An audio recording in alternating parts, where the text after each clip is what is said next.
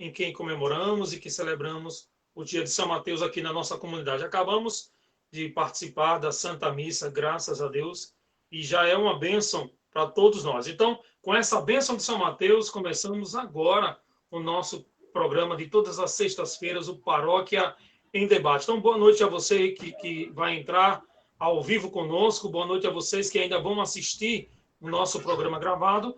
E hoje temos um convidado, e todos os nossos convidados são especiais, mas particularmente para mim, eu posso dizer de coração que traz um tom a mais, uma alegria a mais, uma emoção a mais para mim, convidá-lo a participar conosco dessa noite. Meu amigo, meu grande amigo, Renato Mitsuyoshi. Já vou dar uma boa noite para vocês verem ele na tela. Boa noite, Renato. Boa noite, André. É isso aí, meu irmão. Eu estava hoje, Renato, já comemorando, eu acho que mais de 25 anos que a gente se conhece. Já estou entregando aqui as nossas idades. Rapaz. Diga aí. Então, já tem uns 30 anos já, cara. Rapaz, você está piorando a situação. Então, eu estava tentando, inicialmente, eu sempre começo rasgando seda para os nossos convidados. Então, eu estava tentando buscar algumas palavras que resumisse a nossa amizade e que pudesse resumir também a sua pessoa. Então, aí eu lembrei do velho Padre Melo, que no movimento de Concílio de Cristandade, ele dizia que Deus, primeiro ele ama, se há uma diferença entre Deus para o ser humano, é que primeiro ele ama para depois julgar. E aí, eu lembrando dessa palavra, eu tive mais ou menos um start assim, um insight na minha mente, do que realmente significa para nós, para mim, a nossa amizade. Eu acho que é por isso que há tantos anos a gente tem uma amizade ininterrupta, porque a gente nunca brigou, né? E aí eu pensei que eu acho que tem um pouco disso. A gente primeiro ama para depois a gente julgar. Eu nem sempre acertei na nossa vida, você nem sempre acertou, mas se tem uma característica que a gente faz diariamente na nossa amizade é essa. A gente primeiro tenta compreender. Então, quando vem uma mensagem, Renato fez isso, aquilo, antes mesmo de haver qualquer julgamento, eu já penso, não, o que levou a fazer? O que levou o Renato, uma pessoa tão centrada, a fazer isso, aquilo? Eu acho que a mesma coisa acontece com você, e aí a gente comemora, então, quase 30 anos de amizade, porque primeiro a gente tenta compreender, para depois a gente ter algum pré-julgamento. Levando isso a nível da nossa amizade, meu amigo Renato, hoje a paróquia São Mateus, os convidados vão ter o prazer de discutir um tema tão bonito, que é o tema de ser professor. Você escolheu, na verdade, ser professor, esse é o nosso tema hoje, mas enquanto você também, não posso deixar de dizer o quanto eu me orgulho de conhecê-lo, o como nós crescemos. Aqueles meninos que andavam de bicicleta, já filosofando, no conjunto Orlando Dantas, como a gente cresceu, inevitavelmente, como pessoa, como ser humano, como pai. Então, receba o meu sentimento, o meu carinho, e a minha gratidão, já para lhe desconcertar agora no início, vai então esses elogios. Parabéns pelo homem que você se tornou, e eu sou feliz de ter participado muito dessa sua trajetória. Muito obrigado, é verdade, né? Já tem um certo tempo, né, da nossa amizade, que começou lá no grupo de coroinhas da paróquia Nossa Senhora do Perpétuo Socorro, e a gente levou de dentro daquele convívio de coroinha para o nosso dia a dia mesmo, e até hoje, graças a Deus, essa é uma coisa certa, né? Essa amizade da gente. É uma coisa que a gente sabe que a gente pode contar um com o outro na hora que for necessário mesmo. Verdade. E como a gente sempre fala, nós acreditamos muito mais na providência do que na coincidência. A providência de Deus quis que a gente viesse morar aqui, um próximo ao outro. Isso foi tudo a mão e o dedo de Deus, né? Exato.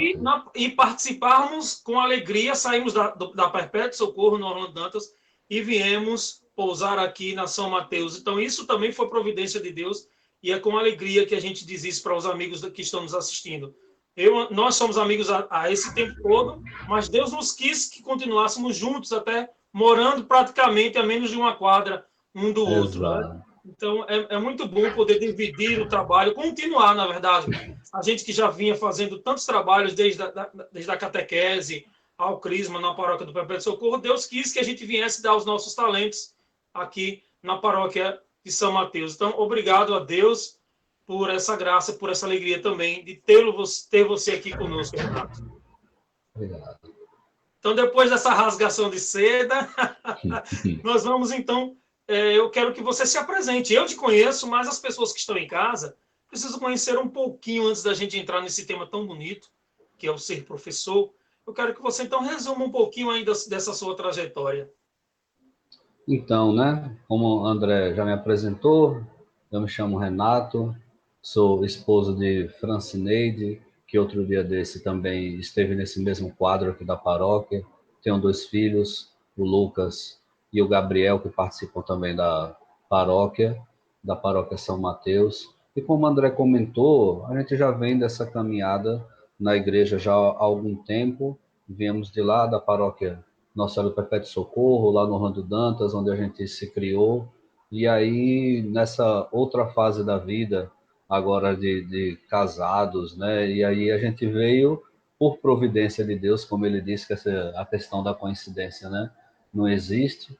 Então, coincidiu de nós morarmos próximos e de continuarmos o serviço dentro da igreja aqui na paróquia de São Mateus.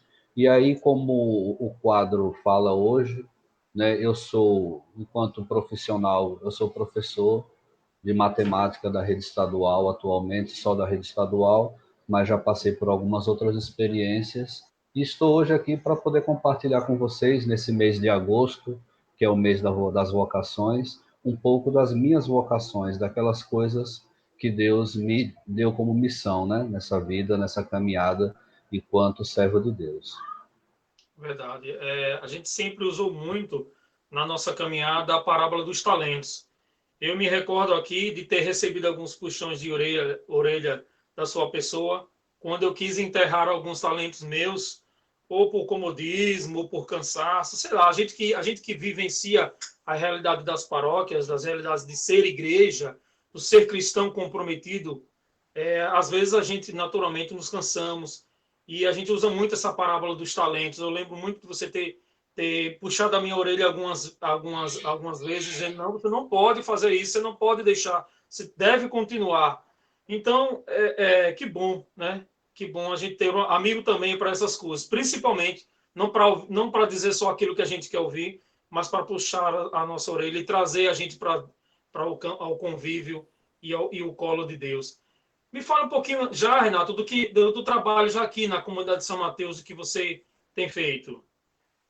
Então, né, o interessante dessa nossa história aqui na São Mateus é que foi meio que uma repetição do que a gente experimentou lá no Orlando Dantas, né?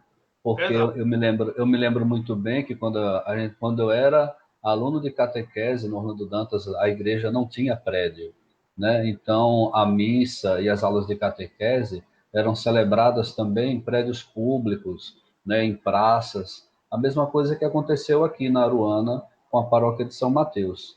E isso foi muito interessante para a gente, foi como se a gente tivesse tido um preparo lá para ter a experiência para trazer para cá, né? Então a mesma coisa aconteceu aqui, nós começamos com a celebração da missa na praça, no posto da polícia, né, puxando gambiarra de iluminação, porque não tinha iluminação, carregando aquela caixinha de som que ainda hoje foi usada na missa. Então aqui na São Mateus, e sempre o meu trabalho na São Mateus foi com a música, né? Eu não sair da equipe de música para nenhum outro movimento dentro da paróquia. Eu tenho me dedicado desde o início a essa parte da música, como o André comentou, porque a gente vê que existe a necessidade, né? É aquilo que a gente imagina, né? Que a gente consegue oferecer bem enquanto serviço a Deus. Então, dentro do meu histórico na São Mateus, desde então, a gente vem trabalhando com essa parte da música, né, sempre procurando ajudar da melhor forma possível. Mas dentro da São Mateus, de lá, desde quando a gente celebrava nas praças, até a época que era só um esqueleto, um galpão, e hoje a gente vendo, né, a igreja com a pintura nova, ficando mais bonita, mais aconchegante, né? Então, nessa trajetória minha da São Mateus, desde o início, foi dedicado à música. Muito legal isso, muito legal. Renato, hoje, nesse mês vocacional, nós vamos unir exatamente todo esse contexto da vocação com o ser professor.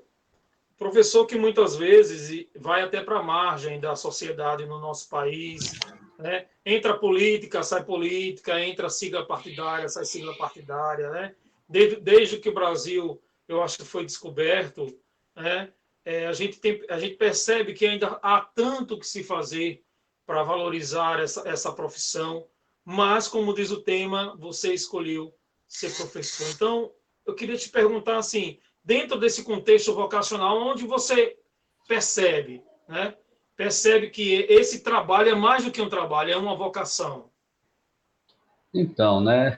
Para mim é até engraçado o fato de eu ser professor. Quando surgiu esse tema para esse mês, e aí eu coloquei que eu escolhi ser professor, na verdade eu fico meio na dúvida, na verdade, se eu escolhi ou se eu fui escolhido para isso, né? Uhum. Porque o normal, o comum, e eu recordando a respeito disso, essa semana, pensando nesse nosso encontro de hoje aqui. Então, eu lembro que todo mundo, né, fica naquela história: você vai ser o quê quando crescer, né? Você vai ser o quê quando crescer? Então, toda vez a gente pergunta aos filhos, a gente pergunta às crianças, né? E eu lembro muito bem que quando me perguntavam o que eu ia ser, eu dizia justamente o quê? Tudo menos professor. Era mesmo. Era. Eu dizia exatamente assim: eu quero ser qualquer coisa menos professor. Isso, quando eu era criança, eu dizia isso. Pai, Mas o que foi que me aconteceu nessa trajetória que fez eu mudar completamente de opinião, né? E é aí que é a questão do chamado e da gente estar sempre de ouvidos abertos para ver o que Deus vai nos orientando a fazer, né? Ele vai nos oferecendo as opções, as alternativas, e a gente vai dizendo sim ou não, né? Então, como eu bem me lembro, eu tinha 11 anos de idade, uma pessoa que eu não sei se você lembra, uma catequista lá da paróquia do Orlando Dantas, chamada Joilma. oxe, mas claro, muito. Então, eu tinha terminado de fazer minha primeira comunhão, né, com 10 anos, 11 anos de idade, e ela chegou para mim e disse: você não quer ser meu auxiliar de catequese, não? Aí eu digo: eu, para ser professor? Quero não. Quero não. Venha, rapaz, você me ajuda, né? Você, né, foi um aluno de catequese, né, que sempre procurou fazer, né, aprender, prestar atenção nas coisas. Você pode me ajudar. Venha me ajudar com a catequese aqui na paróquia. E aí eu disse: não, não quero não. Mas aí, certa vez, eu, com 11 anos de idade, como eu acabei de dizer, chego na paróquia e a equipe do acolhimento de lá ficava entregando aquelas mensagens na entrada, né? E aí a mensagem que eu peguei disse justamente, eu não esqueço nunca o que a mensagem disse, que é assim: busque a Deus enquanto é tempo, porque vai chegar um dia em que as pessoas procurarão e as portas já não estarão mais abertas. Busca o Senhor enquanto se pode achar, né? Então, eu percebi que ali era o meu chamado para começar esse trabalho de catequese, e foi quando eu comecei a experimentar o que é ser professor, né? E aí, por coincidência, mais uma vez, coincidência não, o que aconteceu? Ela simplesmente, poucos meses depois, me deixou sozinho com a turma e foi fazer outro serviço. Foi prestar outro serviço à igreja, em outra comunidade. E eu, com 11 anos de idade, comecei a dar aula a crianças de 9, num trabalho de catequese. E aí, de lá para cá, nunca mais eu deixei de ser professor, né? Caramba, que De legal. uma coisa ou de outra. Então, eu sempre estive nesse trabalho, na catequese, no crisma. Aí você deve lembrar do trailer de lanche que eu tinha lá no Ah, Orlando com Dantas. certeza, com Então, certeza. sempre apareciam pessoas pedindo que eu explicasse algum assunto de alguma coisa, né? Eu lembro de ir para casa de sua esposa, de ir para casa de Juliana, estudar com Sim. Juliana e com Giz. Então, para quê? Para explicar assuntos. Uhum. Então, quando chegou no dia de eu prestar o vestibular na Universidade Federal de Sergipe, que eu estava lá na fila, né, para fazer a inscrição, para escolher o que eu iria seguir enquanto profissão, eu disse: é isso, né? E eu não me arrependo, eu sou muito feliz com o trabalho que eu exerço.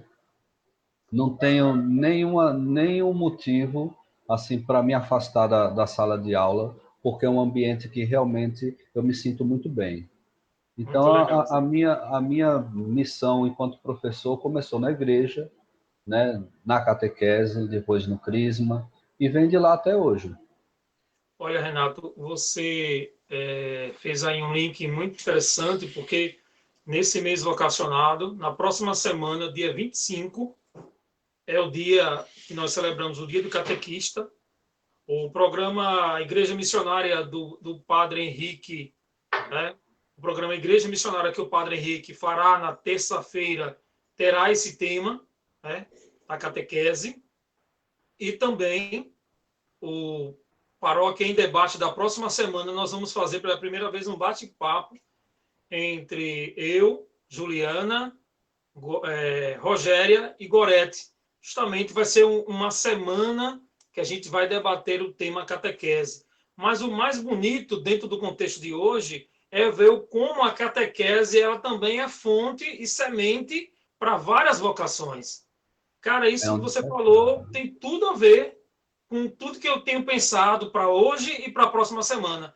Mas para os pais que estão ouvindo agora, a catequese também pode se tornar, e até tem como missão, se tornar esse instrumento de Deus para que seus filhos reconheçam qual a vocação que ele tem, inclusive a vocação sacerdotal, religiosa e tantas outras. Então, poxa, eu fiquei muito feliz em saber que foi através, Deus se utilizou dessa ferramenta, como diz o padre Zezinho, Jesus Cristo chegou, nem sequer se apresentou, entrou de mansinho pela... Você abriu uma frestazinha ali, ó, entrou lá dentro e disse, você vai ser professor.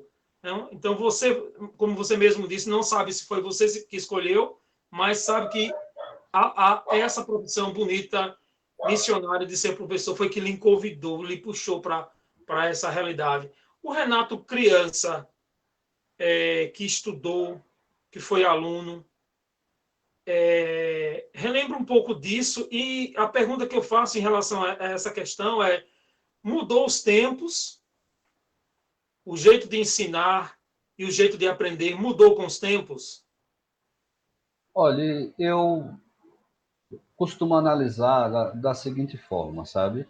Eu não acho, assim, que tenha mudado tanto assim. As formas sempre mudam, né? As formas de se tratar as coisas sempre mudam. Eu digo assim, eu enquanto aluno, na época de criança, eu nem sou uma referência assim muito comum, porque eu sempre tive um comportamento, acredito eu, diferente em relação à sala de aula, né? Eu sempre dizia aos meus colegas de sala que não me atrapalhasse na hora da aula. Eu podia brincar quando fosse fora da aula, mas na hora da aula eu não permitia que ninguém me atrapalhasse, porque eu sempre valorizei demais observar, absorver aquilo que os professores tinham para me passar, né? Então, enquanto estudante, eu era assim. Mas quando a gente para pensar no todo, no geral, né? Eu acho que na época também da gente, né, porque eu era criança, também não era tão diferente assim. A grande diferença que a gente tem para hoje era que naquela época, talvez, né, os pais tivessem mais tempo, mais oportunidade de acompanhar os filhos do que hoje. Hoje, por conta dos trabalhos, por conta das obrigações, por conta de várias coisas, os pais acabam ficando sem a oportunidade de acompanhar o estudo dos filhos. Então, eu sei assim, meus pais, eles se esforçaram muito, se dedicaram muito, fizeram o máximo para que eu pudesse estudar. Eles acompanhavam essa questão de ficar olhando minha mãe dentro de casa, né, enquanto costureira, sabe? Então, mesmo não tendo muito estudo, né, mesmo não tendo essa referência de ter pessoas ao meu redor com muito nível de escolaridade, mas eu lembro muito bem que ela ficava de olho e ela dizia bem assim, olhe, tem que estudar, né? Mas hoje, a maior parte dos pais e a maior parte das mães não tem essa oportunidade de estar acompanhando os filhos. Eles são obrigados a deixar os filhos na escola, passar o dia todo trabalhando e às vezes só ver o filho já dormindo. à noite em casa, né? Então, sem esse acompanhamento dos pais, fica muito difícil da educação acontecer como ela deve. Por quê? Porque o natural da criança, o natural do ser humano, não é se dedicar a estudar naturalmente. Eu digo aos meus alunos, se algum aluno meu for assistir uma outra hora dessas, né? Essa nossa conversa, eles vão lembrar que eu digo a eles, olhe, estudar, na verdade, não vou enganar e dizer que é para ser uma coisa agradável, divertida. Não, é uma necessidade, é um investimento que você tem que fazer, né? Um compromisso que você tem que dedicar, um tempo, pensando no futuro, colher o resultado disso. Então, para a criança, isso é muito difícil. Ela escolher entre brincar e estudar, a maioria vai escolher brincar, é óbvio. Então, sem o acompanhamento dos pais, fica muito difícil. Então, para mim, a grande diferença entre a época de antes e a época de agora, sabe, não são nem as pessoas, não são nem os estudantes, porque o comportamento natural é o mesmo, né? O comportamento natural, a distração do estudante sempre existiu, né? Hoje eles se distraem com o celular, em outra época eles se distraíam com outras coisas. Então, Renato, era exatamente isso assim, que eu ia juntar, anexar a isso que você está falando agora, porque parece que, parece não, se é algo muito claro, que hoje os ruídos, ou distração, se você preferir a palavra, são, assim, tecnológicos, são na mão, muito fácil, né? E, assim, é por isso que eu perguntei se alterou a forma de ensinar, se alterou as pessoas, porque eu até tenho um dado muito interessante que eu vi de um filósofo, ele falando que uma criança, ela entra hoje com 5, 6 anos na escola, ela já entra com uma quantidade de informação na cabeça que na década de 40 e 50 era um homem de 17, 18 anos que tinha essa quantidade de informação. Ou seja, hoje nós temos muita acessibilidade, que não é cultura. Informação é uma coisa, cultura é outra, a gente sabe disso. Mas assim, a criança já entra com muita expectativa. Os brinquedos, hoje a gente até fala sobre isso, até brincando no dia a dia, os brinquedos já vêm brincados. Hoje em dia não se desenvolve muito criatividade. O brinquedo fala, o brinquedo anda, o brinquedo apita, o brinquedo, né? O brinquedo faz tudo e a criança só fica lá controlando. Na nossa época, a gente tinha que dar vida aos brinquedos. Então, a nível dos ruídos, você acredita, sempre houve as distrações, mas você não acha que hoje a escola tem que tentar se adaptar a essa realidade e agora a pandemia trouxe isso como um fato, porque hoje, né, a gente não imaginava que 100% das aulas, esse ensino híbrido ia se tornar uma coisa tão constante. O trágico fez a vida mudar completamente. Eu não sei se você está entendendo a minha colocação. Sim. Então, comente.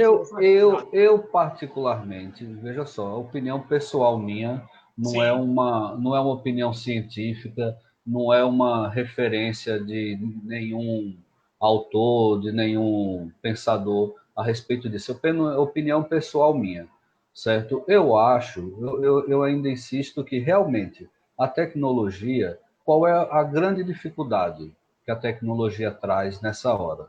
Por exemplo, eu trabalho numa escola pública, né? Estou enfrentando uma dificuldade absurda de chegar até os meus alunos por esses meios não presenciais, né, que nós estamos experimentando atualmente. Por quê? Porque eles não têm acesso. Eles têm acesso à tecnologia de forma muito restrita. Eles têm mau acesso às redes sociais. Por quê? Porque eles conseguem até comprar um celular, colocar um chip pré-pago e ter acesso ao WhatsApp, ter acesso ao Facebook, Instagram, entendeu? Mas se você disser a ele que ele tem que acompanhar por uma videoconferência, que ele precisa estar online para poder conversar comigo, eles não têm como fazer isso. Mas na sala de aula, como você disse, a questão do ruído, né? Eles realmente ficam. Qual é o grande contraste? O contraste está entre o quadro branco, estático, né? E a tela do celular colorida, extremamente dinâmica. Então, essa concorrência é desleal. Então, entre nós professores, isso é muito pesado, porque a gente fica pensando assim, poxa, eu vou ter que fazer o quê para chamar a atenção, né? Então, mas aí entra o meu lado, que eu disse, minha opinião pessoal. Até que Hum. ponto, né, isso daí não é a falta do acompanhamento em casa dos pais, que não Uma estão certa podendo carência, né? acompanhar, Uma certa carência, você né? fala? Não estão podendo acompanhar os filhos, porque se cadê a necessidade das referências, entendeu? Como assim? A criança ou adolescente, ao ir para a escola, ele precisaria sentir que aquilo ali é uma coisa importante para ele. A partir do momento que ele soubesse, que ele tivesse isso na essência dele, de que aquilo é uma coisa importante, o peso, né, nessa balança seria menos desigual, sabe? Mas quando você vai para a escola e você não tem quem acompanhe, não tem quem estimule, não tem quem lhe motive a estar naquele ambiente, aquele ambiente para você é um ambiente só de obrigação de estar ali, então, por mais que a gente dinamize, coloque a tecnologia mais moderna da face da Terra dentro de uma sala de aula, ainda assim a gente vai ter dificuldade de ensinar. Você me recordou uma frase de Dom Bosco, que ele diz assim, e Dom Bosco que é uma referência como um grande professor e mestre para os jovens e para o mundo. Hoje o mundo inteiro tem salesianos, né? Espalhado pelo mundo, graças a esse grande professor, esse grande catequista que é Dom Bosco. Ele dizia que os jovens eles têm a necessidade não apenas de saber que são amados, mas eles precisam sentir que são amados. É isso que você está falando aí, dar sentido àquilo que ele está fazendo. A nossa sociedade, de forma geral, não só em relação à educação, mas vários âmbitos, até familiar, como diz o Padre Zezinho, que nós amamos tanto e não tem como não falar. O Padre Zezinho fala muito em relação a isso, que as famílias hoje precisam ser explicadas, no sentido de que a gente voltar a entender o papel, qual o significado do pai, da mãe, né? Quais são os objetivos. Então, assim, o que o Dom Bosco diz que mais do que saber, um conhecimento frio, pragmático, o jovem precisa sentir que é amado. Isso também faz diferença na sala de aula. Eu, como aluno, né? Você, como aluno, foi um dia, e ainda hoje é aluno, porque continua estudando, continua se reciclando. Quando a gente tem um grande mestre, quem de nós não temos mestres que marcaram positivamente simplesmente porque nós não sentimos importantes, às vezes nem em casa não sentia, como disse você. Mas para o professor, no olhar do professor, do mestre, eu acho que Rubem Alves ele diz isso. Ele diz que ele diz que professor, mestre é aquele que ama o seu aluno. Né? Aqui não estamos falando do amor emocional, do apego. Hoje a gente tem muito medo dessas questões do toque, né? E tem que ter certos cuidados mesmo. Mas é o amor transmitido através do olhar, se sentir importante. Né? Assim como você, que eu tenho certeza que faz isso, quantos professores na nossa infância e na nossa juventude deixaram de dar aquela aula particular, aquele assunto, para conversar algo que aconteceu durante a semana, né? Aconteceu um estupro, como esse que aconteceu essa semana, aconteceu uma morte, algo trágico. Então o professor sentava ali, chamava, conversava. Eu sei que você faz isso, e isso é que faz com que os alunos se sintam amados pelo mestre. Queria que você comentasse isso. Rapaz, é um negócio. É justamente daí que vem a questão de eu ter dito, né, na hora da escolha do tema, de ter escolhido ser professor, né? Em que ponto da história eu posso dizer que eu escolhi ser professor? É quando eu penso justamente nesses momentos que você, nesse comportamento, nessa forma de chegar aos alunos que você comentou aí agora. Porque eu comecei minha carreira, minha vida profissional adulta, digamos assim, como professor. Mas a qualquer momento desse, eu poderia ter dito, eu não quero mais, eu vou fazer outra coisa, né? Não dá para mim, isso não me agrada, isso me chateia, O né? salário E não está isso, valendo a pena, né, Renato? então, várias coisas, né? Várias coisas poderiam ter me feito desistir de ser professor. Mas é justamente esse momento da sala de aula onde você pode chegar para aquelas pessoas que ali estão, né? E se tornar sabe, parte da vida delas, né? Você poder orientar, você poder mostrar opções que de repente elas não veem fora da escola, né? Que faz com que eu me sinta tão bem em ser professor, Que legal, sabe? legal. E olhe que a minha matéria, eu costumo dizer aos meus alunos, e eles vão lembrar disso quando forem assistir essa gravação futuramente, eu digo a eles bem assim, rapaz, todo professor de matemática precisa de um psicólogo. Ele não pode ter problema nenhum de autoestima, porque geralmente o professor de matemática não é bem acolhido na escola, né? E aí tem um exemplo que eu sempre repito com eles, porque eu não vou esquecer nunca. Quando você chega no seu ambiente de trabalho, o que é que você deseja? É que as pessoas lhe acolham. Sim. Bom dia, que bom que você está aqui. Quando eu entro na escola, o aluno olha para cá e diz, mas de novo, rapaz, por que que não ficou em casa? Mas que ele não viesse. Né? Por que que não ficou em casa? Mas, rapaz, mas professor, né? Não precisava vir não, ficava em casa, né? Ou seja, o professor de matemática geralmente não é bem acolhido por conta da matéria, né? Por conta do conteúdo que a gente tem que trabalhar. Mas é justamente como você disse, eu procuro, vários colegas hoje procuram trabalhar a matemática de uma forma mais próxima, né, do cotidiano, pegando situações é, vivenciadas, como você comentou aí, aproveitando notícias, aproveitando o que está acontecendo, né, no dia a dia dos alunos, para tornar isso mais próximo deles e mais Sim, receptivo, né? é mais significativo, né?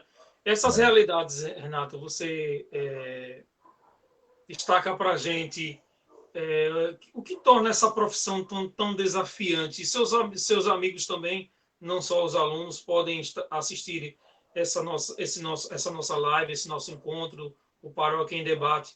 E assim, o que, que você destaca como mais desafiantes em todos os tempos, ou sem essa questão cronológica? O que você acha que é um desafio ser professor?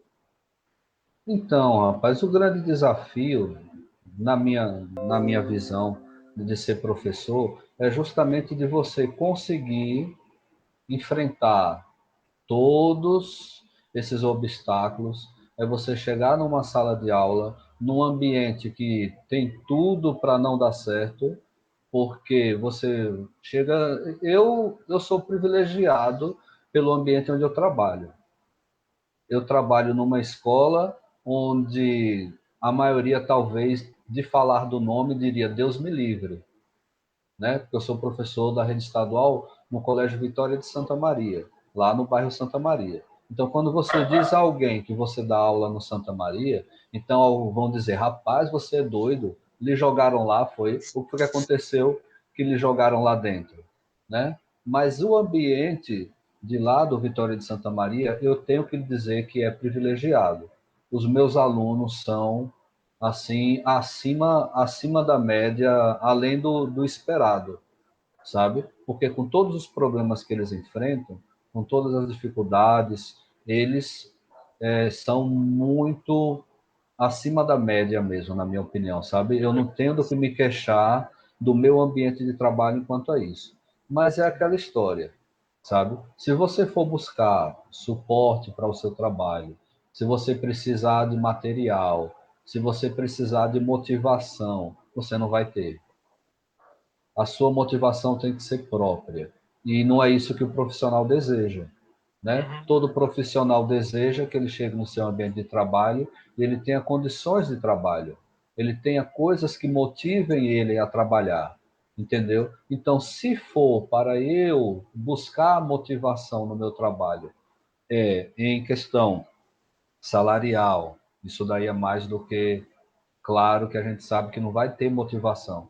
Se eu for buscar motivação pelo meu acolhimento quando eu chego na escola, diante da matéria que eu leciono, não vou achar. Se eu for esperar por conta mesmo dos colegas de trabalho, da equipe de trabalho, se eu for ficar procurando, sabe, coisas para isso, eu não vou conseguir. Mas aí é que entra o papel do professor também. Eu tive uma professora que lá na faculdade, lá na universidade, ensinou muito bem isso a gente. ela dizia bem assim: olhe, aprenda a ser feliz com as escolhas que você fez, ao invés de ficar procurando, sabe, coisas que lhe façam feliz, sabe? Então, ou seja, se alegre com o seu trabalho.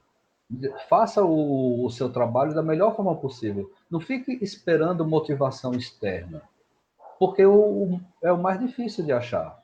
Motivação externa é o mais difícil de achar em qualquer lugar, Verdade. na igreja, né, no trabalho, em vários ambientes. Não é fácil de você achar motivação externa, sabe? É muito mais fácil você fazer o seu serviço com alegria e ficar feliz pelo que você faz, do que você ficar procurando que soltem fogos e que façam festa para você.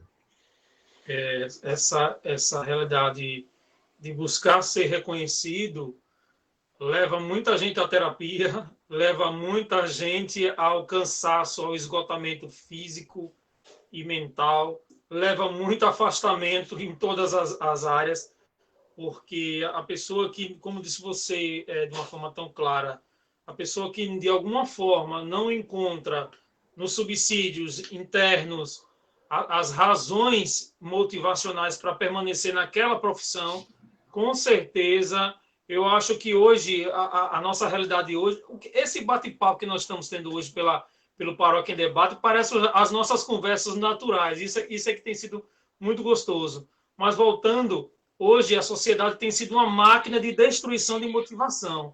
O que você falou aí é muito claro, muito objetivo.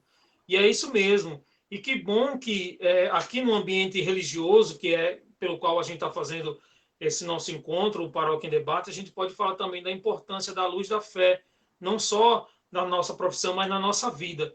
Como a gente encontra nessa luz que é Cristo, essa motivação. Olha, Jesus, o nosso Deus, não foi um Deus que nasceu no berço de ouro, né, Renato? A gente sempre fala isso. Nasceu numa manjedoura, escolheu nascer numa manjedoura. Ou seja, todos os Nossa Senhora, do qual grupo você faz parte com a sua esposa, Nossa Senhora, né, é o grande exemplo de como se colocar pequena, ela pode se tornar tão grande. Eis aqui a escrava do Senhor. O Senhor dispersou os soberbos e elevou os pequeninos. Então, veja como toda a cristologia, como toda a religião e a nossa fé nos amadurece nesse contexto que você está dizendo agora, que é buscar a motivação quando a gente fala coisas internas, não é nos nossos órgãos internos, mas na nossa espiritualidade pela qual nós vivemos. A nossa fé ela é vivenciada dessa forma. Então, como a fé é importante por esses contextos motivacionais. Agora, você falou que seus alunos aqui do Vitória de Santa Maria, graças a Deus, eles têm uma média alta. Em que contexto você fala dessa média alta, comportamental, o próprio as notas e o desempenho, mas também existe uma realidade que é fato. A gente até às vezes comenta e conversa que a realidade no bairro Santa Maria não é fácil, né? Então, me fale um pouco, claro, sem citar exemplos de nomes, mas não fale um pouco dessas dificuldades que essas crianças e que esses jovens no bairro Santa Maria enfrentam e chega na sala de aula muitas vezes tão desconstruída que o papel do mestre, não só do professor, mas do mestre, é às vezes buscar aquela velhinha que está apagada ali e reacender através de uma palavra, através de um, olha, você pode, eu confio em você. Essas realidades duras, Renato, que a gente sempre fala muito. Conte um pouquinho para a gente do que você vivencia e vê nas crianças. Então, né, o fato de nós morarmos vizinho ao Santa Maria nos possibilita passar por dentro do bairro hora ou outra. Então, o Sim, meu caminho de entrar em casa, de sair de casa, de voltar para casa, sempre é pelo Santa Maria, né? Então, é fácil de você perceber os desafios desses alunos. Se você passar pelas ruas do bairro e olhar ao seu redor com atenção, você vai ver que o ambiente não é estimulante, sabe? Não é um ambiente que estimule a pessoa a estudar, né? Você não vai encontrar uma casa, a maioria das casas, é claro, né, que a gente não pode generalizar, mas sim, você não vai encontrar na maioria das casas a internet que a gente tem em casa, o ambiente, a motivação para estudar, né? Pelo contrário, com certeza eles enfrentam vários desafios, os meus alunos. Com certeza eles devem ouvir durante o tempo que eles estão fora da escola que a maior besteira que eles estão fazendo é ir para a escola. Com certeza eles vão ter vários exemplos de pessoas que nunca foram para a escola, né? E que são financeiramente até muito mais bem-sucedidas do que quem estudou.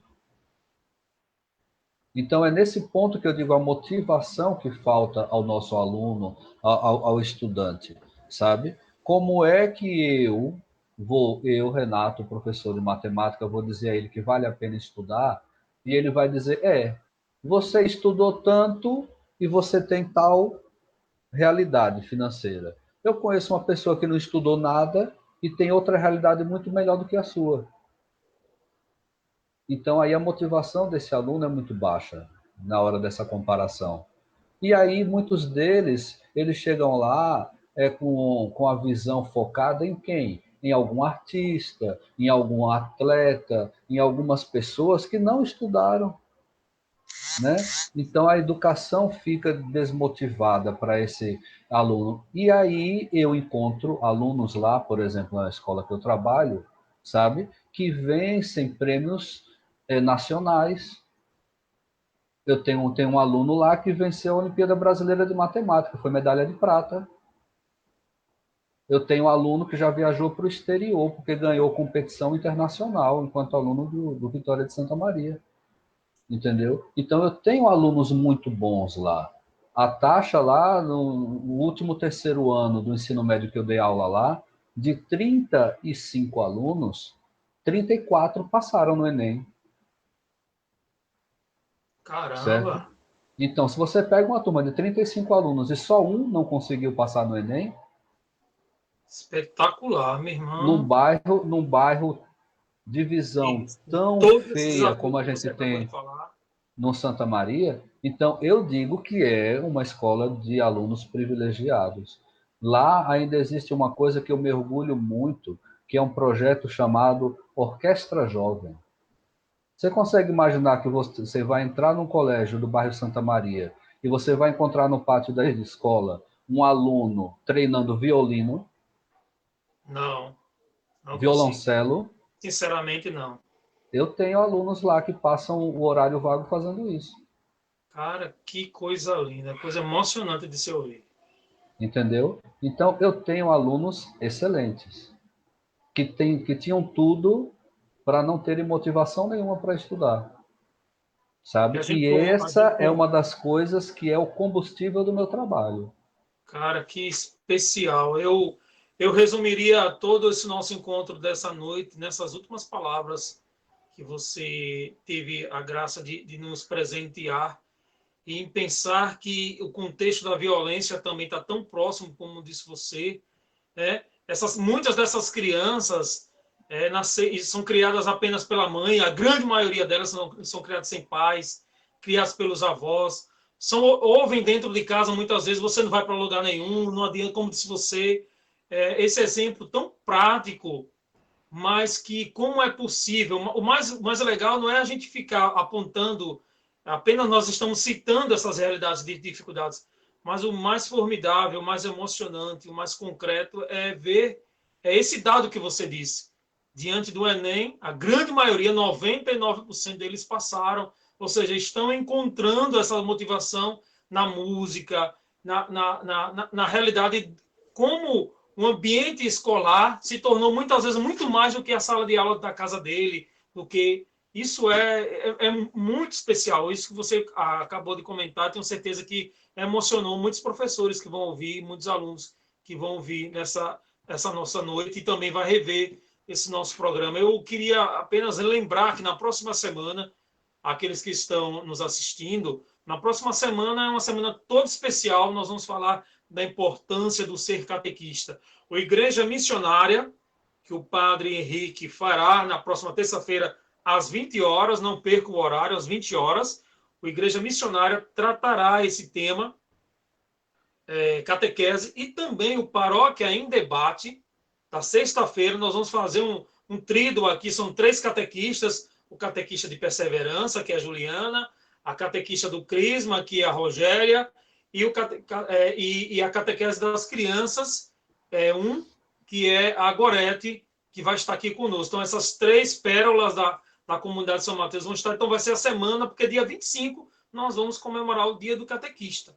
Então, assim, vai ser uma semana muito bonita e a gente vai fazer essa comemoração com fé em Deus. Então, na próxima semana, não perca. Lembrar que o Família Solidária está em pleno vapor, está acontecendo. Essa semana, o Padre Henrique já começou, né, a fazer as doações. É um projeto muito importante que tem dado muito certo. Lembrando, se você ainda não participa desse projeto, pega aí o telefone da gente nas redes sociais da Paróquia São Mateus e aí faça do jeito que você puder.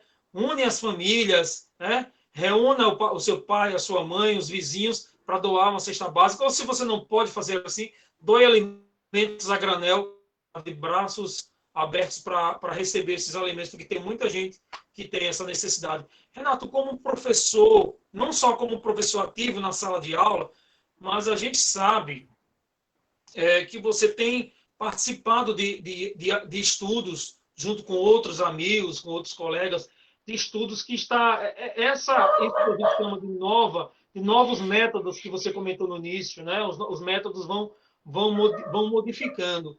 Então, eu queria que você falasse um pouquinho aquilo que for possível desses novos métodos e como você tem trabalhado isso e como você está fazendo isso acontecer a nível estadual e até a nível federal.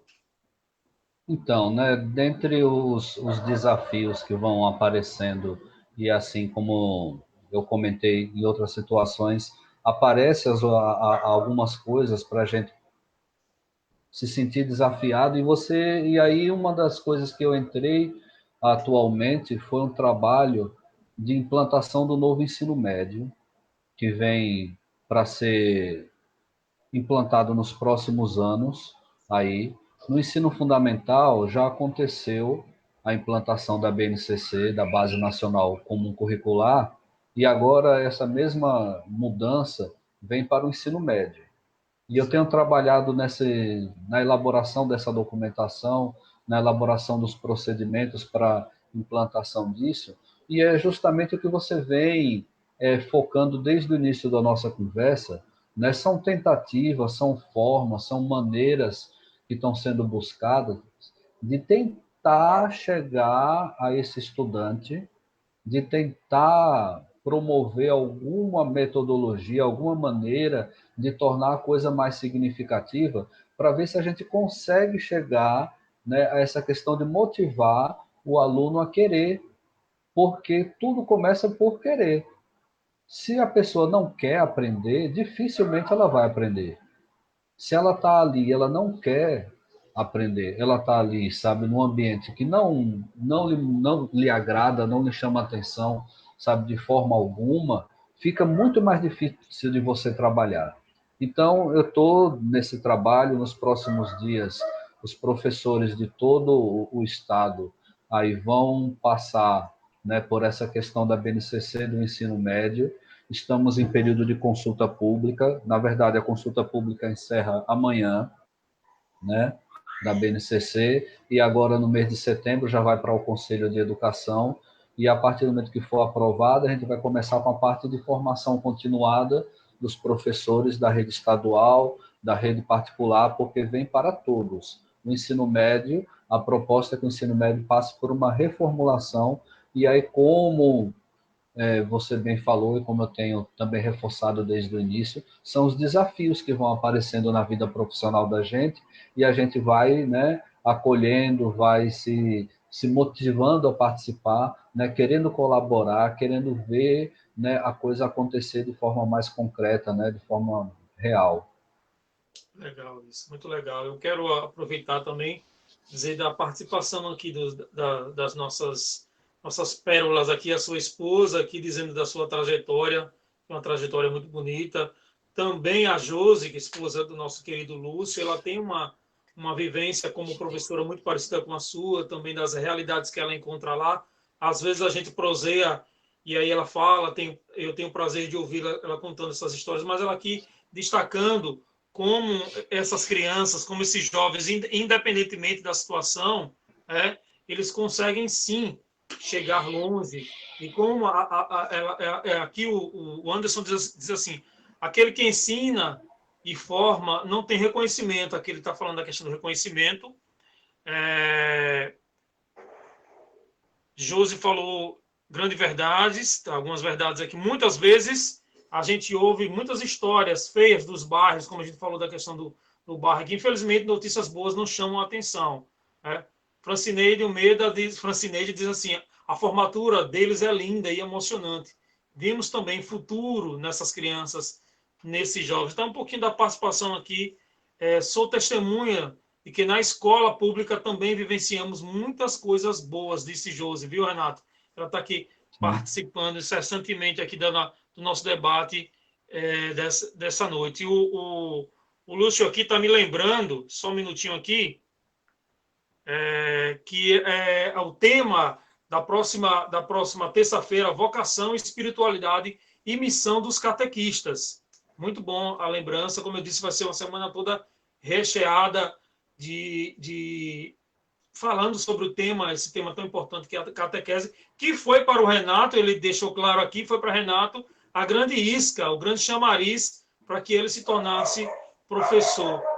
Renato, a gente tem alguns minutinhos, me diga para você, a gente, ainda falando um pouco desse tema, a escola sempre solicitou, sempre buscou a participação ferrenha, a participação das famílias.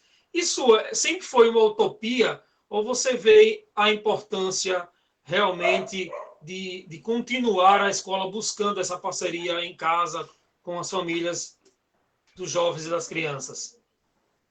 É porque assim, sabe, André, se não tem, sem a participação da família, é muito mais difícil. Porque, veja só, quando a gente fala da escola pública, da possibilidade, né, da importância da possibilidade de dar certo, eu digo isso por experiência própria, porque eu estudei em escola pública. Você bem conhece, você sabe a realidade que a gente veio, Claro. né, as dificuldades que eu passei para chegar até aqui, sabe, para chegar a ser professor, entendeu? Eu fui aluno da escola pública, sabe? E agora, em algum momento da minha história, algumas coisas foram acontecendo e foram me estimulando a continuar a estudar, né? E principalmente entra o papel dos pais nessa hora, entra o papel da família, sabe? Existe um momento muito marcante na minha história que foi a conclusão do meu ensino fundamental. Quando eu terminei meu ensino fundamental, existiu um ponto ali, uma bifurcação que dizia bem assim: ou você agora vai trabalhar ou você vai continuar estudando. Por quê? Porque existia a necessidade financeira dentro da família de que eu trabalhasse para Verdade. ajudar dentro de casa. Meus alunos passam por isso, sabe? Da necessidade de colocar dinheiro dentro de casa. A família precisando da participação do filho, né? Para poder a coisa caminhar, a coisa existir.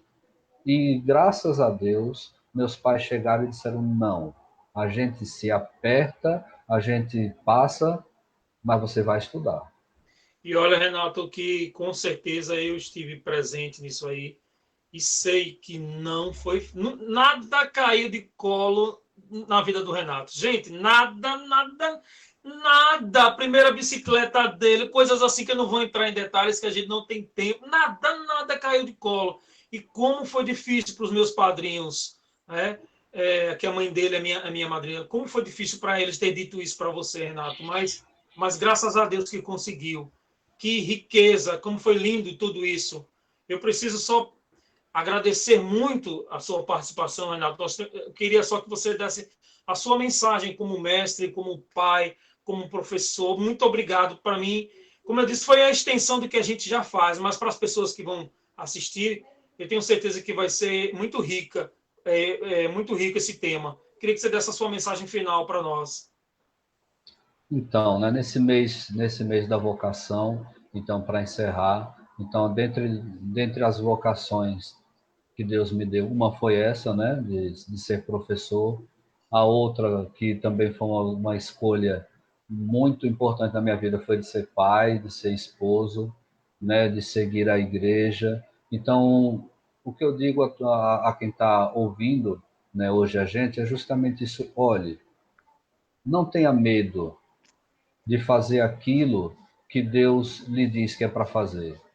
Então, se Deus lhe disser que é para você seguir por um caminho, esse é o melhor caminho para você seguir. Por mais que naquele momento não pareça ser o caminho mais agradável, mas se Deus lhe indicar que é para ir por ali, esse é o melhor caminho para você. Pode ser que na Confia, né? hora, de imediato, não pareça.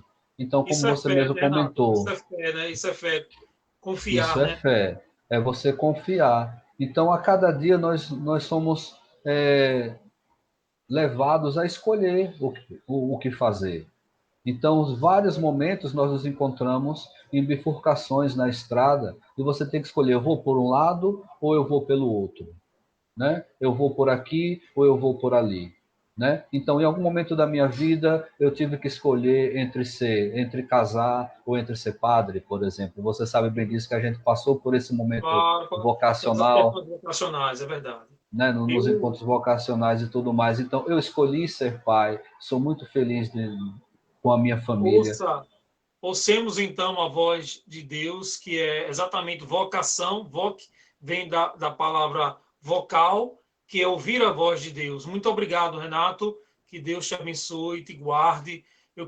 Era necessário mais horas e horas para a gente poder debater um tema tão importante. Saúde e paz, eu espero você também em outra oportunidade junto comigo. Deus abençoe e te guarde. Obrigadão mesmo a todos que estão Amém. assistindo.